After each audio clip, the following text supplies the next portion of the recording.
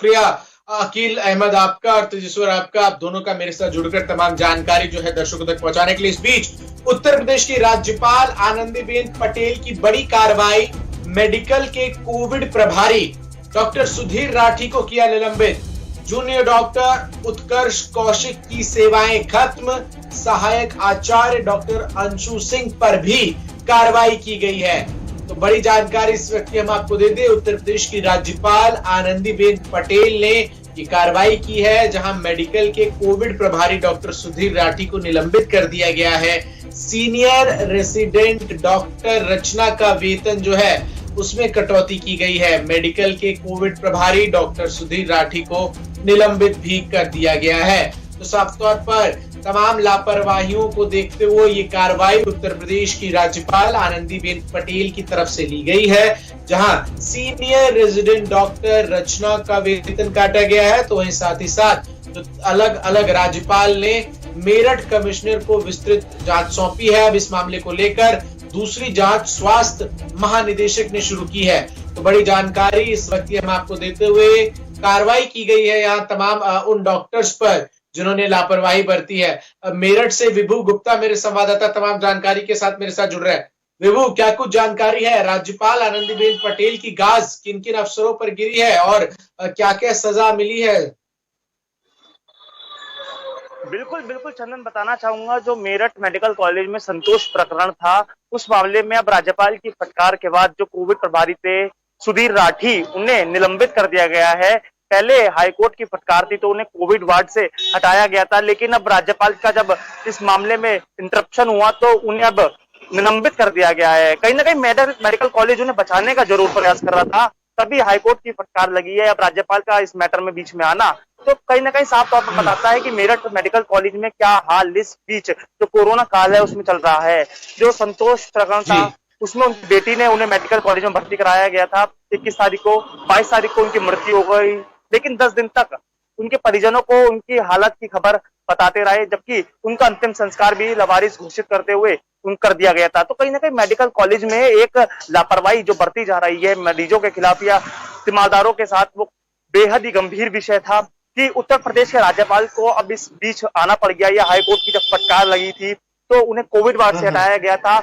मेरठ का प्रशासन कहीं ना कहीं स्वास्थ्य विभाग उन्हें बचाने का जरूर प्रयास कर रहा था, लेकिन अब जब राज्यपाल ने इस मामले में अपना रोल दिखाया तो उन्हें निलंबित करने की कार्रवाई की गई। डॉक्टर सुधीर राठी के अलावा और भी कौन कौन लोग हैं जिन पर गाज गिरी है इस पूरी कार्रवाई की उपराज्यपाल के द्वारा?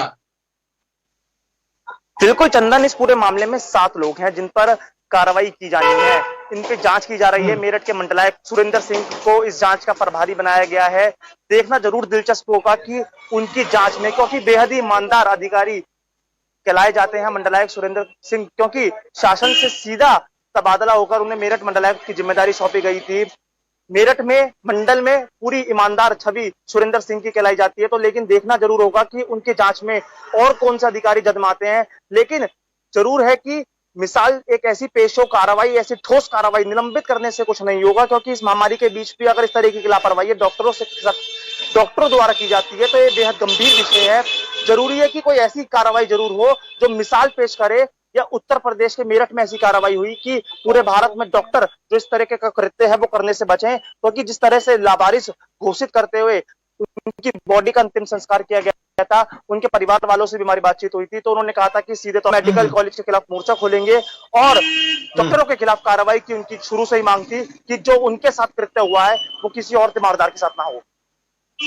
और साफ तौर पर मेरठ का ये मेडिकल कॉलेज जो है वो पूरे जिले के लिए एक बहुत बड़ा केंद्र है जहां लोग आकर इलाज कराते हैं। और ऐसे में अगर इतनी बड़ी लापरवाही यहाँ के डॉक्टरों से हो और उसके बाद तकरीबन 8-10 दिन तक इसको लेकर छुपाया जाए और फिर संदिग्ध हालात में अंतिम संस्कार कर दिया जाए किसी के परिजन का, तो ये बड़ा गंभीर मामला था। और हाईकोर्ट के बाद आखिर क्या मजबूरियां रही कि राज्यपाल ने स्वतः इस मामले का संज्ञान लेकर ये कार्रवाई की है?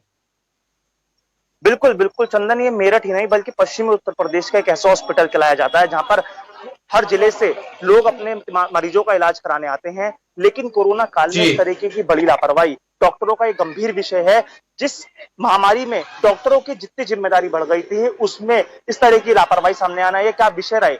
ये जो समझना पड़ेगा, क्योंकि लावारिस घोषित करना, क्योंकि 2 बॉडी उन्होंने बताया कि 2 बॉडी थी, लेकिन उनके फादर नेम से उन्हें अंदेशा लगाया जा सकता था कि ये कौन है या ये कौन है। लेकिन एक जो लापरवाही शुरू से ही मेरठ मेडिकल कॉलेज में हमें शुरू से ही देखने को मिली इस महामारी में, वो ये थी कि अब उन्होंने लावारिस घोषित करते हुए इस बॉडी का अंतिम संस्कार कर दिया, जिसके बाद हाईकोर्ट और अब राज्यपाल की इस मामले में दखल देना बेहद जरूरी हो गया कि आखिर जो सुधीर राठी थे डॉक्टर, उन्हें बचाने का प्रयास मेरठ मेडिकल कॉलेज या मेरठ का प्रशासन क्यों कर रहा था। तभी मेरठ के सबसे बड़े आला अधिकारी मंडलायुक्त को इस मामले की जांच सौंपी गई और अब इस 7 लोग जो हैं इस पूरे मामले में चिन्हित किए गए हैं, जिन पर जरूर है कि कार्रवाई बहुत ही ठोस कार्रवाई होगी, जो मिसाल पेश करेगी। जैसा कि सुधीर राठी को निलंबित किया गया, इन्हें निलंबित नहीं बल्कि बर्खास्त जरूर किया जाना था, क्योंकि इस तरह की लापरवाही बेहद ही गंभीर विषय है। लेकिन आप लगातार जिस तरीके से आप जानकारी तमाम दे रहे हैं, इसके लिए आपका बहुत बहुत शुक्रिया वैभव गुप्ता।